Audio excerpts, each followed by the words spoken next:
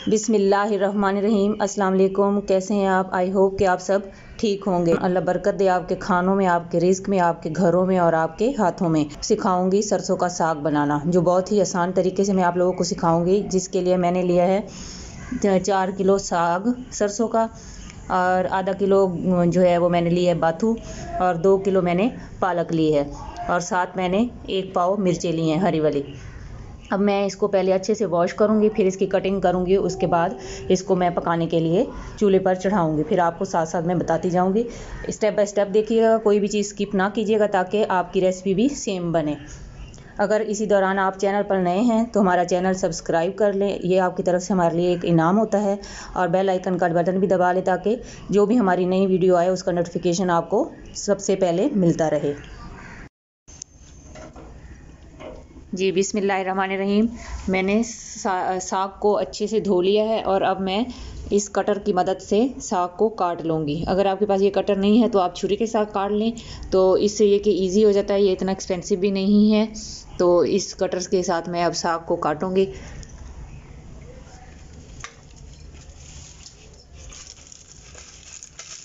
जी बिस्मिल्लाहिर्रहमानिर्रहीम।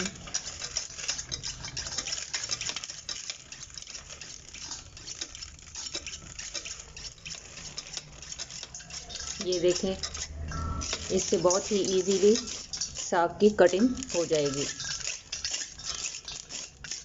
इस तरह से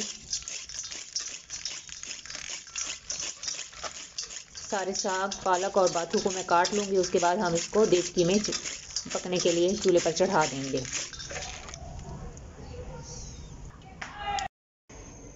जी ये देखें, ये 1 पाव मेरे पास मिर्ची और मेरे पास ये गैजेट है, इसके अंदर मैं इसको अच्छे से कश कर लूँगी। आप इसको साबुत भी डाल सकते हैं। इसको मैं अच्छे से कश करके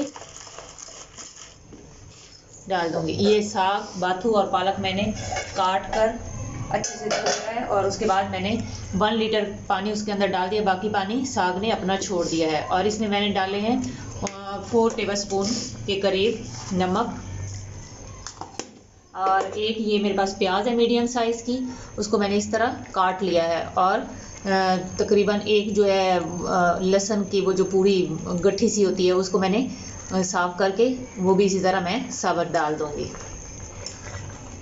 प्लेट को अच्छे से साफ़ कर लिया करें, इससे हमारे रिस्क में बरकत आती है। इसको हम मिक्स कर लेंगे, और ये हरी मिर्ची भी मैंने इसके अंदर डाल दी है। इसको अच्छे से हम मिक्स करेंगे, और तकरीबन 1-1.5 घंटे के लिए इसको चूल्हे पर रख कर भूल जाएंगे।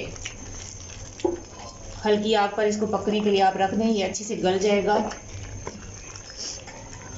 ये बहुत ही टेस्टी बनेगा इंशाल्लाह। आप भी इस तरीके से ज़रूर बनाइएगा। अब इसको ऊपर से हम ढक देंगे, और ये आहिस्ता आहिस्ता पकता रहेगा। जी माशाल्लाह, ये साग को 1.5 घंटा हो गया है, और इसका पानी जो है, अभी इसमें पानी भी बहुत ज़्यादा है और गला भी नहीं अच्छे से, तो इसलिए इसको हम मज़ीद 1.5 से 2 घंटे के लिए हम और मज़ीद पकाएंगे। जब ये अच्छे से गल जाएगा और इसका पानी ड्राई हो जाएगा, तो फिर हम इसको घोटेंगे। जी बिस्मिल्लाहिर्रहमानिर्रहीम। साग को ऑलमोस्ट 4 आवर्स हो गए हैं, तकरीबन 4 घंटे। तो अब इसका पानी मैं ड्राई कर रही हूँ। साग हमारा गल चुका है। अब हम इसका पानी जो है वो ड्राई करेंगे, और उसके बाद मैं आपको आगे बताती हूँ कि हमने क्या करना है। ये देखें, हमारे साग का पानी जो है ऑलमोस्ट ड्राई हो चुका है। अब इस स्टेज पर हम इसमें थोड़ा थोड़ा गंदम का आटा इस तरह स्प्रिंकल करते जाएंगे और मिक्स करते जाएंगे, तकरीबन 1 छोटा कप इस तरह करके, ताकि ये अच्छे से इसके अंदर ड्राई हो जाए, और इसका पानी जो है वो भी अच्छे से इस आटे की मदद से ख़त्म हो जाएगा, और ये बहुत ही स्मूथ बनेगा हमारा साग।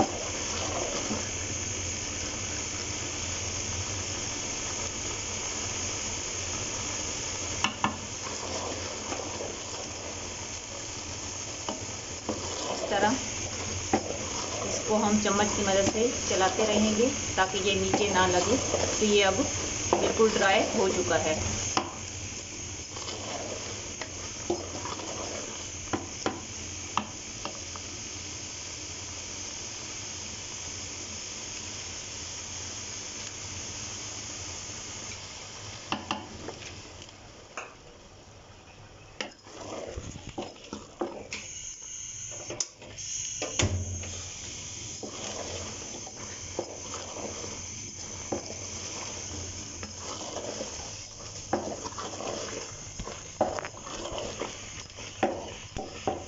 ये देखें,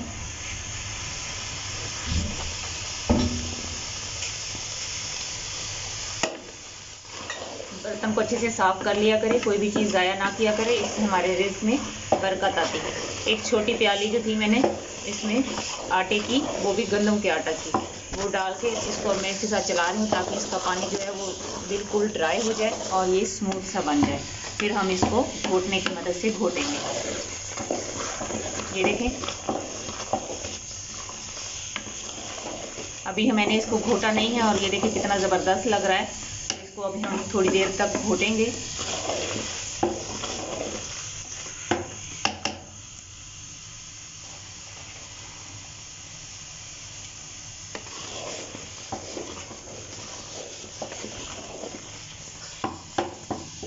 देखें माशाल्लाह, अब मैं इसको आपको घोट के बताती हूँ कि आपने कैसे घोटना है। ये बिस्मिल्लाहिर्रहमानिर्रहीम, इस तरह वाला घोटना हम ले लेंगे और इसको इस तरह घोटते जाएंगे।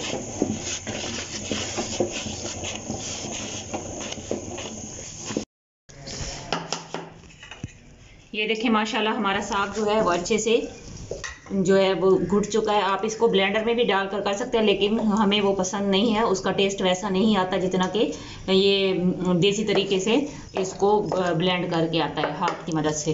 तो अब हम इसको तड़का लगाएंगे।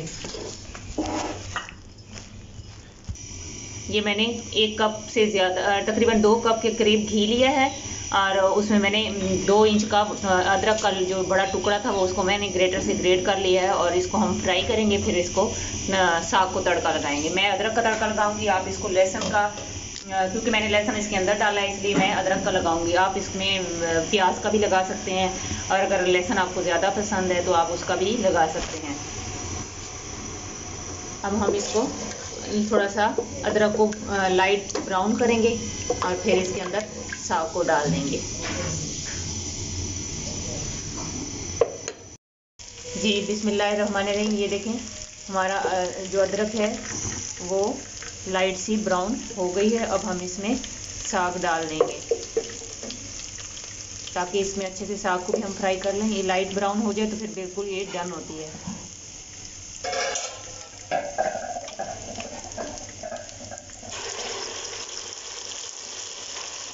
बिस्मिल्लाह पढ़ के काम किया करें, इससे हमारे देश में बरकत आती है और अल्लाह ताला हमसे खुश होता है।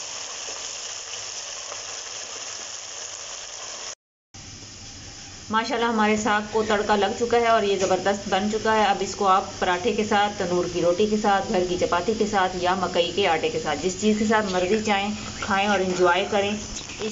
इंशाल्लाह आप लोगों को ये रेसिपी ज़रूर पसंद आएगी और अगर आपको पसंद आए तो एक लाइक तो बनता है। और जहाँ भी रहें खुश रहें, खुशियाँ बाँटें, हंसते मुस्कुराते रहें। अल्लाह ताला हमारे मुल्क पर और हमारे घरों पर खुसूसी रहम और करम फरमाए। आमीन। अल्लाह हाफिज़।